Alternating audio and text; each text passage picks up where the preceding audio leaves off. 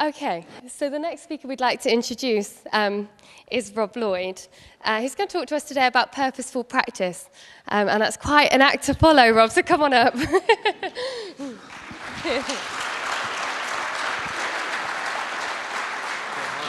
everybody hear me with the mic there? Incredibly difficult act to follow there. I've never spoken after such an emotional talk, so thanks very much for that. I thought it was amazing to listen to your story. My name is Robert Lloyd. I am an emergency medicine trainee. I'm in my 4th year and I'm currently based in London. It's a massive honour to be here. It's a really unique event, and Matt, cheers mate for inviting me. I hope that what I have to say and the message that I give to you guys is somewhat aligned with the ethos of PHEM Feedback. I've actually got minimal pre-hospital experience myself. My home turf is the emergency department, so most of the referencing will be in that environment, but of course there's plenty of overlap, and I think the overall kind of mantra that I'm going to deliver to you is very much kind of along the same lines as the amazing work that Matt and Grace and the team are doing with PHEM Feedback. So the interesting thing, or the moderately interesting thing about me, isn't really my job. I'm a very average doctor, but I've got a blog. I write about being a doctor, I think about it and sort of think about why it's interesting, why things have gone wrong, why things have gone right. And a year ago I started podcasting, where I talk to people much more interesting than me about why they think that being a doctor is interesting, and perhaps some other people are outside of doctoring and healthcare as well. So check it out, pondermed.com. That's why I'm here. But it's through that project, which I've been doing for the last 5 years. I've been doing the blog. I've become fascinated with one subject in particular, and that is how we get better at stuff. The subject of performance, specifically in healthcare. And of course, that's what today's all about. That's what PHEM Feedback is all about. I love thinking about how we optimize our training, how we get better at what we do. I don't stand up here claiming to be an expert or a PhD. I've got no qualifications in it. I've read some books on it, and I've written some blogs about it. I'm full of enthusiasm, but don't write that I'm an expert, because I'm not. As you might imagine, the kind of dude that has his own podcast sort of likes talking about themselves. For better or for worse, that's my character, and so I'm going to subject you to at least 9 minutes talking about my journey in my career. I do apologise for that in advance, but I think some of the observations that I've made about the way that we train in healthcare, both in medicine and paramedicine and nursing, I think are very important and very relevant to what the message today is about PHEM Feedback. The crux of my talk is about practice, the types of practice that we can engage in. And I'm going to zoom in on the work of Anders Ericsson, who's one of my heroes. He's the kind of godfather of performance, and in particular, purposeful practice. And that's what PHEM Feedback's about. It's about practicing with purpose. And I think that this day-to-day, PHEM Feedback, the way the world is moving with emergency medicine and pre-hospital emergency medicine, we are changing our mindset. There's a big mindset shift going on at the moment, and I'm going to describe that. Before I go on, let's have a bit of audience interaction. I want you to look at that word, and I want you to think about what it means to you, and then for the next 15 seconds or so, just have a quick chat with your neighbour about what it means to you. What does the word practice, what comes into your mind when you see that word? Go.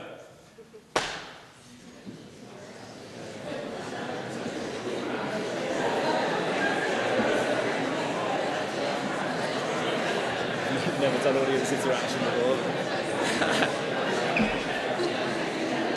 Okay, stop. Stop. I mean, I don't really know why I did that. I'm not going to be able to give you, you're not going to be able to tell me what you said, but at least it's got you thinking. I'll tell you what I think practice means. So to me, it means honing skills. It means trying to get better. It makes me think about my tennis career when I was a teenager, hitting 30 down the line forehands, hitting a basket of serves. It's about repetition, trying to get better. It's preparing for a performance. It's not the performance itself, which is interesting, I think. It's certainly not work. I don't think about work when I see the word practice written on a huge screen. Yet we call ourselves practitioners, which I think is very interesting. We use this sort of strange terminology: paramedicine practitioners, medical practitioners, nursing practitioners. We practice medicine, but do we really practice it, or do we perform it? Professional sports people, Usain Bolt practices the 100 meters most of the year and does the Olympics once every 4 years. That's his one tiny window of performance. In medicine, we practice all the time, but I think we perform all the time. We do a minimal amount of actual practicing. Maybe I'm being pernickety, but it does strike me as odd. And by the end of this presentation, I'm going to put the same word up again. And what I hope I make you think is that we can do practicing and performing at the same time. And again, PHEM Feedback, that's what it's all about. So, my journey about me. I do apologise for this in advance. I didn't know I wanted to be a doctor. GCSEs didn't do very well, scraped through to A-level, the sixth form college at my school. I was playing too much tennis and doing too much socialising. But I cracked the code when I was in my A-levels. I realised how to pass exams. I discovered how to do rote learning. And I hoovered up knowledge and worked out exam technique. Passed my A-levels, no problem. Managed to get into medical school, which I applied to because of this guy. And that's my dad. He's a GP in London. And rather embarrassingly, I wanted to be like him. No idea really that I wanted to do medicine, no inclination at all. Just thought my dad was reasonably cool. And went to med school. In the first few months, I was very intimidated because there's lots of big buildings with high ceilings and people like Matt, much more clever than me. And I was wandering around a complete sort of imposter. But then I realized it's just like A-levels. You learn lists, all the causes of AF, etc. You pass the exams, no problem. And so I cruised through, very average marks, but cruised through. But when I got to the end of medical school, I realized I was appallingly unprepared for the messy, practical, unpredictable, very human pursuit that being a junior doctor is. And I had a really tough time in my first 2 years as a doctor, so F1, F2. Again, I felt like a total imposter, a charlatan. I'd stockpiled all this knowledge over 5 years, with absolutely no idea how to apply it. And my reaction at the time was, instead of running towards the problem, sprinting towards how I could improve, what am I doing wrong, give me feedback, I ran away from the problem. I didn't want to face the challenge. And I kind of relied on my sense of humour and the fact that some of my bosses quite liked me to sign off on my competencies and do all of my multi-source feedbacks. And I scraped through F1, F2 and took a big sigh of relief when I got to the end. I felt like I literally clowned my way through my foundation program. And I had no hope of getting onto a training program after F1, F2. I had no idea what specialty I wanted to pursue, or frankly, even if medicine was the career for me. And so I did what lots of people do, as I went to Australia with my tail between my legs. But I started working at this hospital just outside Sydney, a place called Concord, which is a self-described boutique A&E, or boutique ED. It wasn't very busy, low acuity patients, lots of do not resuscitate orders, no trauma, very few young patients. I often have slept for 4.5, 5 hours overnight in minors. So really easy year, perfect for a moron like me. But something very important happened to me that year, which changed my life forever. And that's that I got made a registrar. So being a registrar is a very different thing over in Australia. Any Australians here? Lots of paramedics tend to be Australians. In London, all of the paramedics seem to be Australian. But in Australia, you get called a registrar if you've been a doctor for a couple of months. Whereas here, you get called a registrar once you've passed your exams and you're in your second half of training. But I got called a registrar over there, and that gave me a huge boost in my confidence. Something changed in my mindset. And suddenly, I was much more engaged. I saw some of the more junior Australian doctors. I wanted to impress them. I wanted to impress my bosses. I started looking for ways to improve my performance. I started asking for feedback from my senior colleagues. I started reading around the subject. There was an explosion of innovative online emergency medicine education at the time, and I started devouring all of that. I was taking much more responsibility. I started to push myself a bit. I started to push myself to the edge of what I was capable of. I started to go to resus. Previously, I would never have dreamed of going to resus. I probably did about two minutes of CPR in my entire F1, F2 year. So my confidence grew. I went to a conference. I went to an ultrasound workshop. I was a different man already. And then I stayed in Australia for a second year. I went down to Melbourne, a place called Maroondah Hospital, bigger unit, higher acuity, bit of trauma, sicker patients, 6 beds in the resus. I started to push myself even more. I was reflecting on how I could improve my performance much more. I was thinking about myself, thinking about what I was doing. Such a big change from when I was an F1, F2. And I fell in love with emergency medicine. I realized what I wanted to do for the rest of my life. Again, remember how lost I was after medical school. I started becoming very comfortable with who I was in the workplace, and I was not afraid to make mistakes. I was exploring my identity as a doctor, and I surprised myself. I surprised myself how capable I was. And I was given no guidance. Remember, I wasn't a trainee. I was just somebody going over to Australia, didn't know what I was doing. I didn't have anybody telling me what to do. And interestingly, I found myself very jealous of people over in Australia who were in my position, but they were training. So they had a supervisor guiding them through what they were doing. This is the stuff that you should be reading online. These are the procedures you need to be doing today. I want you to stay in research. You need to be working on these tasks. I sort of felt this really intense sense of jealousy that they were going through a formal, guided process. And I remember one time in particular, it was a Wednesday afternoon teaching session. It was a 2-hour sesh, and the boss got up at the end and got 4 trainees at the back to stand up. There was about 30 people in the room. They all stood up. They were all at the back, and he said, everybody give them a round of applause. They passed their exams today. And I remember thinking, God, I want to be taking exams. I mean, it was the first time in my life I'd wanted to take exams. A total explosion in my mind. And I was just an unrecognizable man. And it was at that moment that I decided I'm going to do UK emergency medicine training. I'm going to go home and I'm going to get stuck in. I'm going to get training. I even went to South Africa on the way home. That's how motivated I was. I had 3 months of a life-changing experience over there, which I won't dwell on too much. A lot happened. Lots of reflecting. I did lots of blogging. That's when my blog really took off, and I'm going to come back to that shortly. But that's just, to have the courage to go to South Africa illustrates what a different doctor I was. I was reflecting on my performance. I was trying to get myself better, and I did this all myself. And that wasn't a boast. That sounded wrong, but I did it all myself. I didn't have a consultant telling me what I needed to be doing. So, 2015 comes along. Does anybody recognize this place? I'd imagine you probably do. So this is where I did my entire first 3 years of my training, ACCS, Acute Common Care STEM, which is the first half of your emergency medicine training in the UK. I was working at the mighty Basildon for all of those 3 years. I'm sure I've met plenty of people here who've delivered me patients there. And I started that job anticipating sort of special treatment. I was a newly minted trainee. I was going to be special like the guys over in Australia. All the consultants were going to be taking care of me. My life was going to be totally different. I was going to be royalty in the hospital. Absolutely not. It was a completely different process. I felt like a huge burden on my supervisor. He had no idea what I was supposed to be doing, the competencies I was supposed to be achieving. He treated everything as a tick box, and that made me treat everything as a tick box. I sort of nominally handed over the responsibility of my training to him. I remember that process very vividly. When I was in Australia, South Africa, I took the responsibility on myself. No one was going to do it for me. And then suddenly I was in a training program. This is someone else's, they need to sort me out. They need to make me a better doctor. And so the reflective practice that I'd been doing organically in Australia and South Africa became something completely different in the UK. It was something which I needed to do as a tick box. You actually needed to do X amount of reflections in order to get through to the second year of training, which is absurd to me. I hit a plateau. I'd been on this upward curve before I started training, and then I started formal training, and I hit a plateau. And I became very resentful of that. Surely everyone owed me. I should be improving. People should be taking care of me. And I remember at the end of my first year, my CT1 year, thinking, I'm exactly the same doctor as I was at the start of the year. There's no difference in the quality of the care that I'm giving my patients. And maybe I'm even worse because I'm jaded and I'm bitching the whole time. But there was one saving grace, and that's what I kept blogging. I kept writing, I kept doing a bit of reflective practice in my own way on my blog.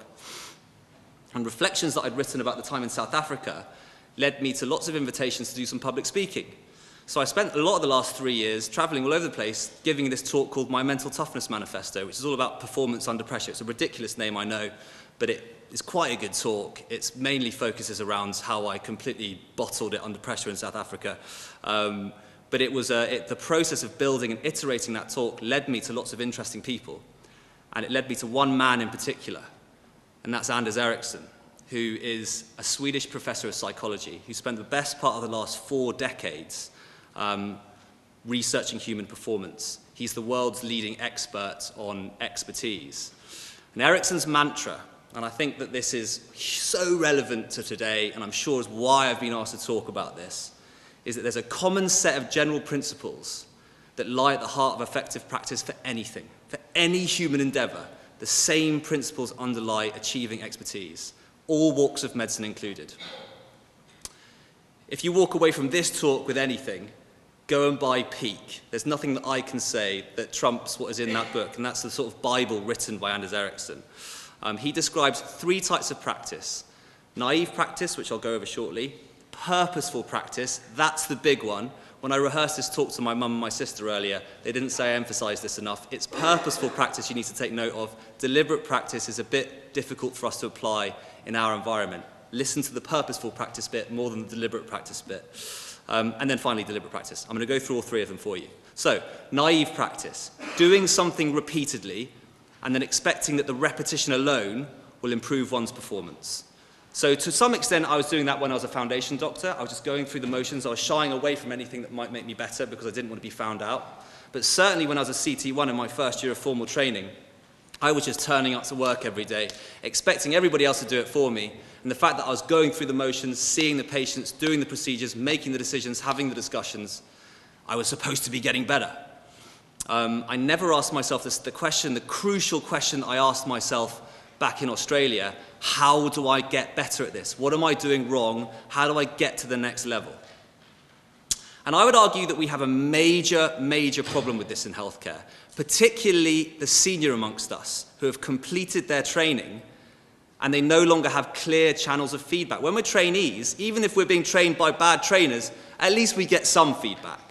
But when you're somebody who's fully qualified, particularly in the medical community, no more. It's very difficult for you to get feedback. And for that reason, there's a huge tendency to stagnate and plateau in terms of the performance that you're delivering to your patients.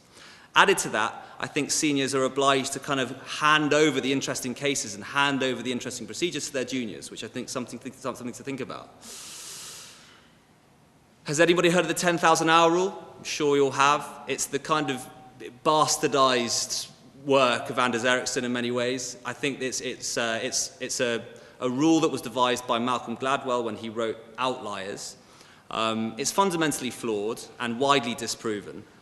It sort of goes along the same lines as naive practice. If you do something for 10,000 hours, you will become an expert. That's complete rubbish. If you do something over and over and over again, you're just going to continue doing it the same way. It doesn't lead to performance improvement. In order to improve, you need to engage in effective training. Effective training. And Anders Ericsson calls this purposeful practice. There's 4 key principles, and this is the key. This is the most important message of this talk. You need to establish every single time you're at work, every single time you're in the ambulance, every single time you're in the emergency department, establish an achievable specific goal. Vague overall performance targets, like get better at this, improve, won't cut it. You need to select something specific. Obviously, you need to be opportunistic because you don't know what patients you're going to see, but select something specific to do with what you're seeing at work and establish overall a clear performance goal. You need to be maximally focused. So this is a bit vague, but put away your smartphone. Don't have it on vibrate. I've got 2 minutes to go. I've got a lot way to go, sorry. You need to get feedback, which is crucial. That's what today's all about. And you need to get out of your comfort zone. Don't try harder, try differently to overcome getting out when you're in your comfort zone. Human nature dictates that when we're nailing something, when we're showing off skills, when we're cherry picking, it doesn't have any effect on extending our performance. Don't be enticed by that. The significant gains lie where you are struggling. I believe I engaged unwittingly in purposeful practice when I was in Australia and South Africa. Deliberate practice is an extension of purposeful practice, and in the interest of time, I won't go over it. Essentially, it involves a coach. Coaching is something which I don't think that we receive necessarily in medicine. Coaching is a skill in itself. We do receive teaching and mentorship, and I think that's more along the lines of purposeful practice, so I will skip over that bit. So is purposeful practice possible in frontline healthcare? I believe that it is. Deliberate practice in its purest form, I don't believe is applicable because our work environment isn't correct for it. But absolutely, all of the elements of purposeful practice you can do. However, our workplace, so in the emergency department and in the paramedicine environment, definitely serves up some obstacles. We don't know what cases are coming through the door. We need to be opportunistic. We don't have objective performance measures. That's particularly difficult for us. We only have brief encounters with patients. We're not sure what happens to our patients, and that's where PHEM feedback comes in. We're regularly interrupted. Certainly in the ED, I'm interrupted all the time. Sign this ECG, sign this VBG, chart this paracetamol, the red phone going off. Very difficult to maintain that focus, but for God's sake, turn your smartphone off. There's competition for the action. If there's trainees around, they'll all want to be getting involved in the difficult cases. As I said earlier, seniors are obliged to give the interesting stuff to juniors. Doctors aren't trained to coach. Is that something that we need to be tackling? And of course, there's a lack of case-based feedback. And again, that's what's so magical about today. That is being tackled. So, in my view, our biggest obstacle is that the training ground and the workplace are the same place. We don't have somewhere where we can make mistakes and there is no implications. We have to train whilst we work, but I believe that's possible by applying the purposeful practice mindset. We need to make the commitment to be constantly aware of our thinking, of our habits, of how we evaluate ourselves. Every single shift, ask yourself, how can I do this better? Take responsibility for your own development and your own performance. Don't leave it in the hands of your rubbish supervisor like I had for the last 3 years. Be opportunistic. You don't know what's coming through the door. Take advantage. Every single case has something to learn from it. Every single case. And that's why I know that every single case is being reported with PHEM feedback. Seize the moments where there is an opportunity to get out of your comfort zone. Constantly reflect. Don't just write written reflections because that's what's required of your training. Don't just do it as a tick box. Do it because it matters. It's how you need to ask yourself the question, how do I do this better? What did that person think when they watched me do it? Constantly think about what you're doing. It's a mindset shift. Where are you weak? Is it clinical reasoning? Is it your procedural work? Is it your communication skills? How can you do those things differently? What do your colleagues think? It's so easy to stay comfortable. It's so easy to naively practice. It's so easy to go onto autopilot. But it requires discipline to change your mindset. Go into that purposeful practice mindset. As my hero, Jocko Willink, says, discipline equals freedom. Freedom to optimize performance. So in my view, the best example of purposeful practice that we're all available to see is when you go on the resuscitation courses, ALS, ATLS, APLS, EPALS. Each skill that is taught is isolated, taught to candidates in a really focused way. Candidates are observed performing the skill, immediate feedback is given, and then at the end they're assessed against the standard. That is purposeful practice. So the next time you go on one of these courses, don't just benefit from the resuscitation teaching. Think about how they're teaching it. Think about how they're training you, and then apply it to your workplace. I think the work that you guys are doing is amazing. I think it's fostering this huge leap towards the purposeful practice mindset that we need as a community. And that's not just because the feedback loop's important. You're building a database, and you're just changing the way that we do things. I'm super excited to be here.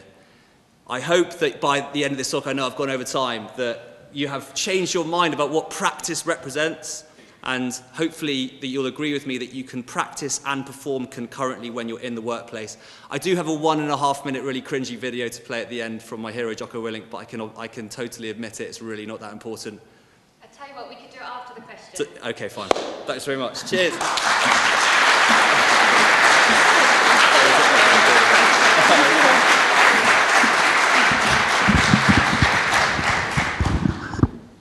Thank you so much, Rob. Okay, so we're coming to a break shortly, but we do have 10 minutes for questions. So if Jonathan and Gordon don't mind coming back up to sit in our panel chairs, and Rob will get you to take a seat as well. Yes, me and Matt have a separate slot for questions about the actual project, but we don't want to overwhelm that when you've got such interesting people sat up here. Okay, so any questions in the audience, please? I'll give you a moment.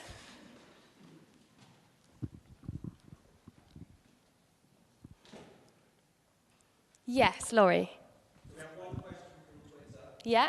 How do we empower paramedics to ask themselves, how do I do this better every day? Okay. How do we empower paramedics? So how do we empower paramedics to get involved in this feedback loop every day? Get feedback from purposeful practice. I think, Rob, you're probably best to answer that. Good question. I think I'm not sure how I would, from the medical side, be able to think of anything that would empower paramedics to feel the freedom to ask about, how can I do this better? I think it comes from within. What we do is so noble, as evidenced by, the incredible story that we've heard. I think you need to be desperate to get better. You can't, to be a great paramedic, to be a great doctor, to be a great nurse, you've got to be desperate to improve your performance every time, in my opinion.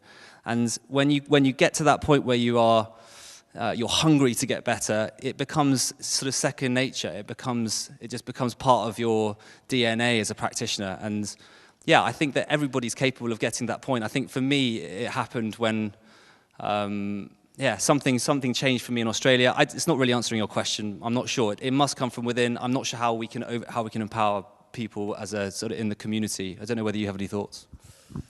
I think Jonathan is the example of someone who went beyond the call of duty. It wasn't in his job role that he had to come back to the hospital the next day and initiate what he did. But what he did has resulted in a two-way flow that's rippled off in his teaching, to go beyond the call of duty, to step out of the comfort zone. He did it, and it has had dramatic results to he and those whom he teaches. I think it's about fear. So it's fear of finding out what went wrong.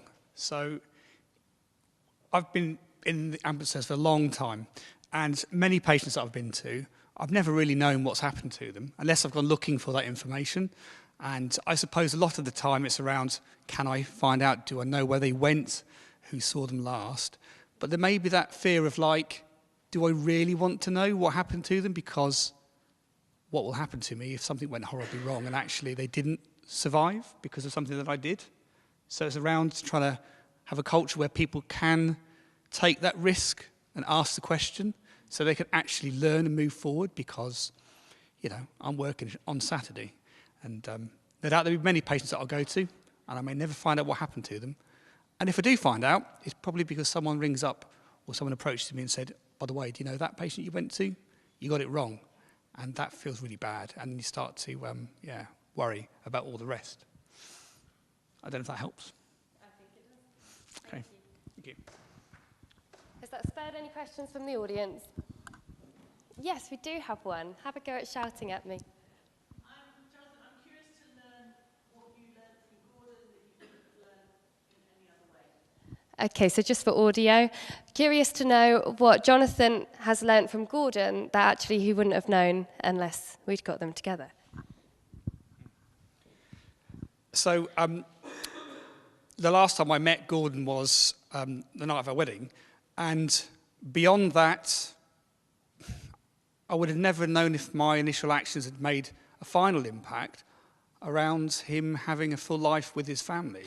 So, yeah, if I hadn't gone looking for that information, I'd have probably still been wondering. And if I wasn't here today, I'd have never known actually, that did make a difference. And all the other people that were involved in his care, because it's not just about what I did, but it's around, it all came together. And actually, I know that, yes, it was the right thing. So the education and training that I received and the job that I did at the time was right. And actually looking back, did I do anything wrong? No, I don't think so on that occasion. But no, it all went well. Does that answer what you... Yeah, okay. How has it affected your teaching? Yeah, I suppose certainly as an education manager with South Central Ambulance at the moment, and previously when I was with East of England, it really does impact on students because they can see the difference they can make. They want to be able to replicate that, and I think it enables them as well, because I went and asked the question. It sort of like pushes them forward to go and ask what happened.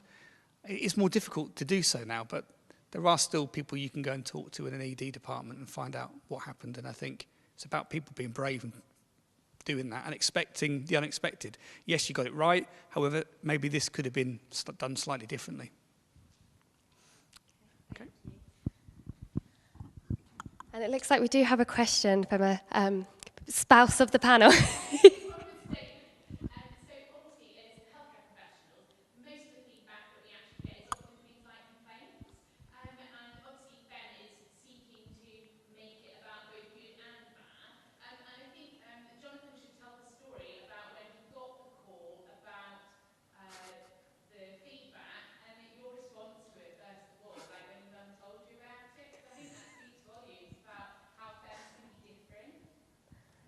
Is this how I found you? Is it that story? Would you like to tell it?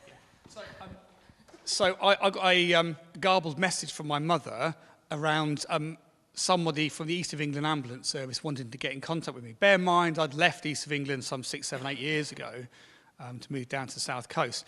And the first thing that went through my mind is, what trouble am I in? Because I thought, well, why would anybody from East of England want to try and get in contact with me, particularly when it was a call that I wasn't expecting. My mother gave me the telephone number. It's a mobile number, Grace's number. I didn't recognise it, and I was very sceptical. I thought, hang on, is this some sort of like prank? Is someone trying to extort something from me, or am I really in a lot of trouble? And the next thing you know, I'm going to be locked up for something I can't remember doing. And when I even made the phone call, I put that 141 in front to withhold my number, just in case, so they couldn't ring me back. Because I really was fearing I was in trouble. And actually, when I spoke to Grace and it all came to light what it was all about, I was relieved and quite pleased. So that moment was like, phew, I got away with it again, just. Thank you. Okay, I think we'll take a break. There's coffee and pastries out there for all of us to enjoy.